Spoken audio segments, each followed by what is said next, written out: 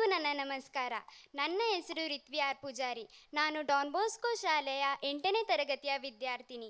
ಇಂದು ನಾನು ಭವಿಷ್ಯದ ಕನಸುಗಳಿಗೆ ಭರವಸೆಯೇ ಊರುಗೋಲು ಎಂಬ ವಿಷಯದ ಕುರಿತು ಒಂದೆರಡು ಮಾತನಾಡಲು ಬಹಳ ಸಂತೋಷ ಪಡುತ್ತೇನೆ. ನಮ್ಮ ಜೀವನದಲ್ಲಿ ಕನಸುಗಳು ಬಹುಮುಖ್ಯವಾದದ್ದು.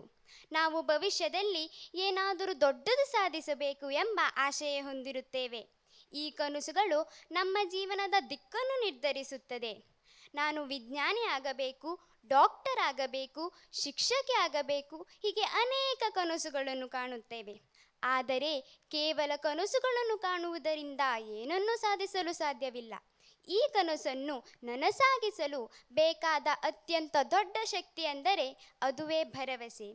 ಭರವಸೆ ನಮಗೆ ಆತ್ಮವಿಶ್ವಾಸವನ್ನು ನೀಡುತ್ತದೆ. ಮೊದಲನೇದಾಗಿ ನಾವು ನಮ್ಮ ಬಗ್ಗೆ, ನಾವು ಮಾಡುವ ಕೆಲಸಗಳ ಬಗ್ಗೆ ನಂಬಿಕೆ ಇಡಬೇಕು.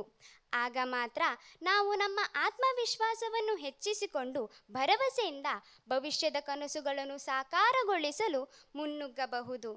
ಹೆಚ್ಚು ಓದುತ್ತಾ ನಿತ್ಯ ಹೊಸದನ್ನು ಕಲಿಯುವ ಮನಸ್ಸು ಇಟ್ಟುಕೊಂಡು ತೊಂದರೆಗಳು ಬಂದಾಗ ನಿರಾಶೆಗೊಳಗಾಗದೆ ಭರವಸೆಯಿಂದ ಮುಂದುವರಿಯಬೇಕು. ಏಕೆಂದರೆ ನಮ್ಮ ಭವಿಷ್ಯದ ಕನಸು ನಿಜವಾಗಬೇಕಾದರೆ ಅದರ ಜೊತೆಗೆ ಭರವಸೆ ಎಂಬ ಶಕ್ತಿಯೂ ಇರಬೇಕು.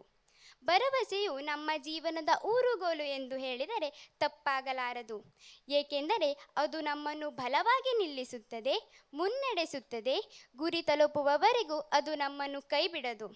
ಸ್ನೇಹಿತರೆ, ಈ ಒಂದು ಸಂದರ್ಭದಲ್ಲಿ ನನಗೆ ನಮ್ಮ ರಾಷ್ಟ್ರ ಕಂಡ ಧೀಮಂತ ರಾಷ್ಟ್ರಪತಿ, ಸದಾ ವಿದ್ಯಾರ್ಥಿಗಳ ಭವಿಷ್ಯದ ಬಗ್ಗೆನೇ ಚಿಂತಿಸುವ ಅಬ್ದುಲ್ ಕಲಾಂ ರವರ ಮಾತೊಂದು ನೆನಪಿಗೆ ಬರುತ್ತದೆ. ಅದೇನೆಂದರೆ, the future belongs to those who believe in the beauty of their dream. ಅಂದರೆ ಭವಿಷ್ಯವು ಕೇವಲ ಕನಸುಗಳನ್ನು ನಂಬುವವರಿಗೇ ಸೇರುತ್ತದೆ ಎಂದು. ಎಷ್ಟೊಂದು ಅರ್ಥಗರ್ಭಿತವಾದ ಮಾತು ಅಲ್ಲವೇ? ಆದ್ದರಿಂದ ಗೆಳೆಯರೇ, ಕನಸುಗಳನ್ನು ನಂಬಿ ಭರವಸೆಯಿಂದ ಬದುಕೋಣ.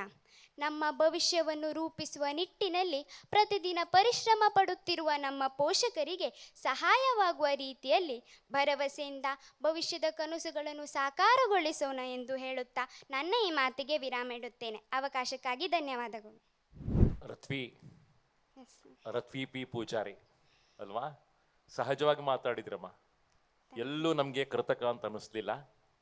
ಇನಿಷಿಯಲಿ ಸ್ಟಾರ್ಟಿಂಗಲ್ಲಿ ನೀವು ಸ್ವಲ್ಪ ಕಾನ್ಫಿಡೆನ್ಸ್ ಕಡಿಮೆ ಇತ್ತು, ನಗು ಬಹಳ ಕಡಿಮೆ ಇತ್ತು. ಎಂಡ್ ಆಗುವಾಗ ನಗು ಕೂಡ ಬಂತು ಅಲ್ವಾ? ಆ ನಗುವನ್ನ ಸ್ಟಾರ್ಟ್ನಿಂದ ಕ್ಯಾರಿ ಮಾಡ್ಕೊಂಡು ಹೋಗಿ ಚೆನ್ನಾಗಿರ್ತಿತ್ತಲ್ಲ.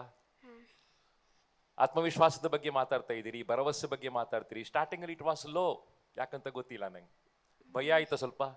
ಸ್ಟಾರ್ಟಿಂಗ್ ಸ್ವಲ್ಪ ಆಯ್ತು. ಯಾಕಾಯ್ತು ಅದು ಹೇಳಿ. ಅದು ಫಸ್ಟ್ ಟೈಮ್ ಅಲ್ಲ, ಆಡಿಷನ್ ಅಲ್ಲಿ ಅಲ್ಲ ಪಾರ್ಟಿಸಿಪೇಟ್. ಶಾಲೆಯಲ್ಲಿ ಮಾತಾಡಿದಿರಿ, ಪ್ರೈಸ್ ತಗೊಂಡಿದ್ದೀರಿ. ನಿಮ್ಮ ಪ್ರೊಫೈಲ್ ನೋಡ್ತಾ ಇದ್ದೆ ನಾನು.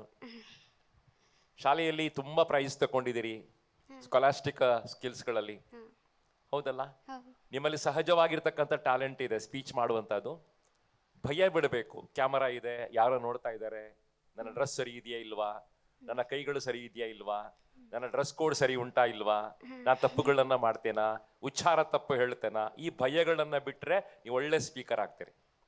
ನಿಮ್ಮ ಹತ್ರ ಒಳ್ಳೆ ಸ್ಪೀಕರ್ ಆಗುವಂತ ಎಲ್ಲ ಅರ್ಹತೆಗಳನ್ನ ಭಗವಂತ ಕೊಟ್ಟಿದ್ದಾನೆ. ದೇವ್ರು ಒಳ್ಳೆದನ್ನ ಮಾಡಲಿ. ಸರ್ ಹೇಳುದನ್ನ ಕೇಳಿ ಸ್ಟಾರ್ಟ್ ಮಾಡಿ. ರಿತ್ವಿ, ತುಂಬಾ ಚಂದ ಮಾತಾಡಿದ್ರಿ. ನಿಮ್ ಪ್ರಾಕ್ಟೀಸ್ ಮಾಡಿ ಬಂದಿರೋದು ನಿಮ್ಗೆ ಕಾಣ್ತದೆ. ತುಂಬಾ ಚಂದವಾಗಿ ಅದನ್ನ ಪ್ರೆಸೆಂಟ್ ಮಾಡಿದ್ದೀರಿ. ಒಂದೇ ಒಂದು ಸಜೆಷನ್ ಏನಂತ ಹೇಳಿದ್ರೆ, ನಿಮ್ಗೆ ಯಾರು ಅಂದ್ರೆ ಟ್ರೈನ್ ಯಾರಾದ್ರೂ ಮಾಡಿದ್ದಾರೆ ಈ ರೀತಿ ಮಾತಾಡ್ಬೇಕು ಅಂತ ಹೇಳಿ?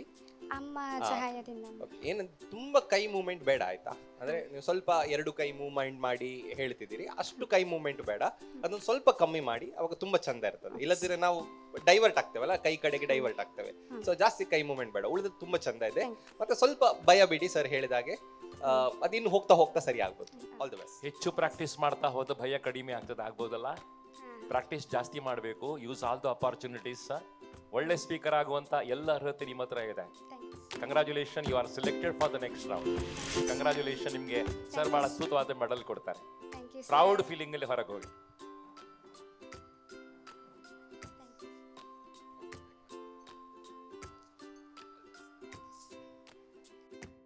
ರಿತ್ವಿ, ಸೊ 8th ಸ್ಟ್ಯಾಂಡರ್ಡಲ್ಲಿ ಓದ್ತಾ ಇದ್ದೀರಾ. ಸೊ ಭಾಷಣ ಸ್ಪರ್ಧೆಯಲ್ಲಿ ಎಲ್ಲಿ ಹೋಗಿದ್ದೀರಾ ನೀವು ಭಾಷಣ ಸ್ಪರ್ಧೆಗೆ? ಎಲ್ಲೆಲ್ಲ ಹೋಗಲಿಲ್ಲ, ಇಲ್ಲೇ ಶಾಲೆಯಲ್ಲಿ ಎಲ್ಲ ಪಾರ್ಟಿಸಿಪೇಟ್ ಮಾಡಿ ಗೆಲ್ತಿದ್ದೀವಿ. ಓಕೆ, ಸೊ ಬೇರೆ ಬೇರೆ ಶಾಲೆಗೆ ಹೋಗಿ ಪಾರ್ಟಿಸಿಪೇಟ್ ಮಾಡಿ ನೀವು ಪ್ರೈಸನ್ನು ವಿನ್ ಆಗಿದ್ದೀರಾ. ಬಟ್ ಇವತ್ತು ನೀವು ಕ್ಯಾಮ್ರಾದ ಮುಂದೆ ನಿಂತ್ರಿ. ಅಲ್ವಾ? ಕ್ಯಾಮರಾದ ಮುಂದೆ ನಿಂತು ನೀವು ಸ್ಪೀಚನ್ನು ಮಾಡುವಾಗ ಹೇಗನ್ಸಿತ್ತು ನಿಮಗೆ? ಸ್ಟಾರ್ಟಿಂಗಲ್ಲಿ ಸ್ವಲ್ಪ ನರ್ವಸ್ ಆಯಿತು, ಕಡೆಗೆ ಸ್ಪೀಚ್ ಹೇಳ್ತಾ ಹೇಳ್ತಾ ಸರಿ. ಓಕೆ, ಅಭಿವ್ಯಕ್ತಕ್ಕೆ ನೀವು ಬರಬೇಕಾದ್ರೆ ಯಾವ ರೀತಿಯ ಪ್ರಿಪರೇಷನ್ಸ್ ನಿಮ್ಮದಾಗಿತ್ತು? ನಾನು ಈ ಭಾಷಣವನ್ನು ಶಾಲೆಯಲ್ಲಿ ಮೊದಲೇ ಮಾಡಿದ್ದೆ, ಅದನ್ನು ಈಗ ಮತ್ತೆ ಸ್ವಲ್ಪ ಕಂಟೆಂಟ್ ಆ್ಯಡ್ ಮಾಡಿ ಇನ್ನೂ ಸ್ವಲ್ಪ ಪ್ರಿಪ್ರೇಷನ್.